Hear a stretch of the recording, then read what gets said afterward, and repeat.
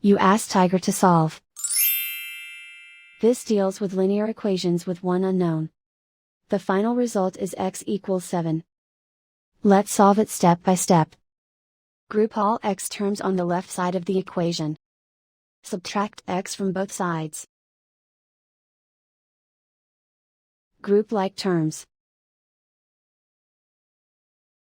Simplify the arithmetic.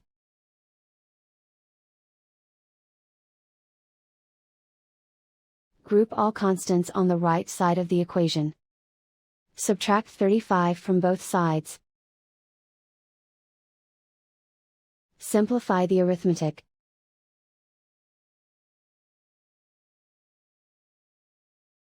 Isolate the x. Divide both sides by -5. Cancel out the negatives. Simplify the fraction. Cancel out the negatives.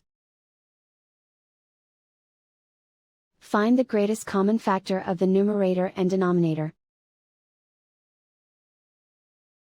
Factor out and cancel the greatest common factor. And so the final result is x equals 7.